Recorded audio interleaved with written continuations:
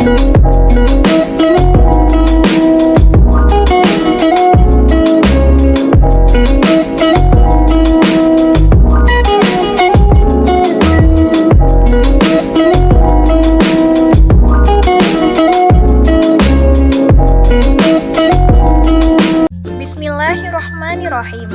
Assalamualaikum warahmatullahi wabarakatuh.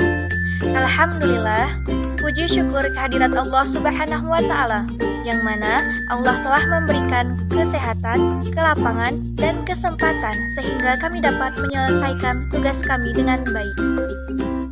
Salawat dan salam tak lupa kita curahkan kepada Nabi Muhammad SAW. Sebelumnya, yang kami hormati Ibu Dr. Eva Nirosa selaku dosen pengampu pada mata kuliah Sejarah Pendidikan Islam. Di sini kami dari kelompok 4 yang beranggotakan saya sendiri yaitu Indah Rezeki dan rekan saya Ayu Wahyuni. Adapun judul materi kami yaitu Pola Pendidikan Islam di Andalusia. Baik, langsung saja saya akan menjelaskan tentang materi yang pertama, yaitu mengenai sejarah awal Spanyol Islam. Kedatangan Islam di Spanyol telah membawa perubahan yang sangat besar, terutama di bidang sosial dan ilmu pengetahuan serta kebudayaan. Penaklukan Islam di Spanyol tidak terlepas dari kepiawaian 3 heroik Islam, yaitu Thorib ibnu Malik, Thariq ibnu Ziyad, dan Musa ibnu Nusair. Perluasan kekuasaan Bani Umayyah ke Spanyol diawali dari rintisan Thorib ibnu Malik yang berhasil menguasai ujung paling selatan Eropa. Upaya ini kemudian dilanjutkan oleh Thariq ibnu Ziyad yang berhasil menguasai ibu kota Spanyol, yaitu Toledo. Kemudian ia juga menguasai Archidona, Elvira, dan Cordova. Bahkan Raja Roderick atau raja terakhir Visigotik berhasil ia kalahkan pada tahun 711 Masehi. Keberhasilan Thariq dalam melumpuhkan penguasa di Spanyol dalam sejarah Islam dicatat sebagai acuan resmi penaklukan Spanyol oleh Islam. Kemudian, ekspansi ini dilanjutkan pada waktu yang sama oleh Musa ibnu Nusair yang akhirnya mampu menguasai Spanyol bagian barat yang belum dilalui oleh Thariq tanpa memperoleh perlawanan yang berarti. Keberhasilan ekspansi ini akhirnya bermuara dengan dikuasainya seluruh wilayah Spanyol ke tangan Islam. Kemudian, ketika dinasti Umayyah di Damaskus runtuh, perkembangan Spanyol kemudian dipegang oleh Pangeran Umayyah, Abdurrahman ibnu Muawiyah ibnu Hisham, yang berhasil lolos dari buruan Bani Abbas. Tokoh inilah yang kemudian berhasil mendirikan kembali Daulah Umayyah II di Spanyol. Selanjutnya, saya akan memaparkan tentang materi yang kedua, yaitu tentang perkembangan pendidikan dan kebudayaan Spanyol Islam.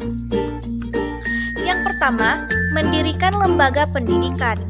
Menurut Amir Ali, sebagaimana yang dikatakan oleh Mahmud Yunus, bahwa ketika umat Islam berkuasa di Spanyol telah mendirikan madrasah-madrasah yang tidak sedikit jumlahnya, guna untuk menopang pengembangan pendidikan di Spanyol. Adapun madrasah-madrasah tersebut tersebar di seluruh daerah kekuasaan Islam, yaitu di Cordova, di Seville, di Toledo, dan di Granada. Kemudian, yang kedua, pengembangan perpustakaan.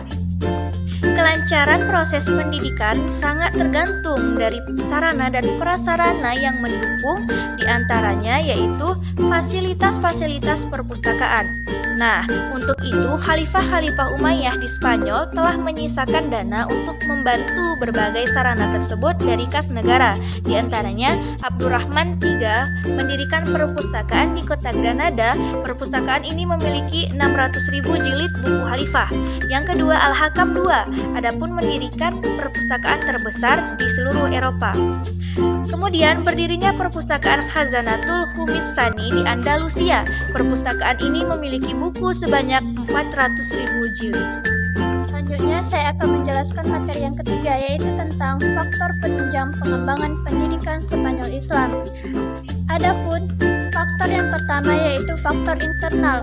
Faktor internal diantaranya yaitu adalah faktor ajaran Islam sebagai motivasi, nilai, dan doktrin yang terakumulasi dalam Al-Quran dan Al-Hadis, merupakan pendorong utama dalam memajukan pendidikan Spanyol Islam, dikarenakan mereka menyikapi pengembangan ilmu pengetahuan bukan untuk mencari kedudukan tertentu dalam susunan pemerintahan, akan tetapi tidak lebih karena tuntunan ajaran Islam. Yang kedua, ada faktor eksternal, yang faktor kekuasaan. Faktor ini direfleksikan dalam bentuk kebijaksanaan, penguasaan Umayyah II dan penguasaan kecil lainnya. Yang selanjutnya ada faktor akademis. Faktor ini ikut mensupport pengembangan pendidikan di Spanyol Islam. Yang selanjutnya faktor kompetisi positif yang ditujukan umat Islam dalam upaya pengembangan ilmu pengetahuan dan kebudayaan. Yang terakhir adalah faktor toleransi. Faktor toleransi dan stabilitas nasional antara Islam dan non-Islam, yaitu tentang pendidikan Spanyol Islam bagi perkembangan dunia modern. Mulai abad ke-11 hingga menginjak abad ke-13, khususnya antara tahun 1050 sampai 1300 Masehi, umat Islam telah mencapai zaman keemasan dengan kebangkitan dinamika intelektualitasnya dalam segala bidang ilmu pengetahuan. Di sisi lain, pada waktu bersamaan, dunia belahan Eropa mengalami stagnasi ilmu pengetahuan. Dogma Gerejani yang melarang mempelajari dan menganggap filsafat dan ilmu Yunani berbahaya bagi agama Masehi atau Kristen merupakan faktor pertama terjadinya zaman kegelapan di dunia Eropa.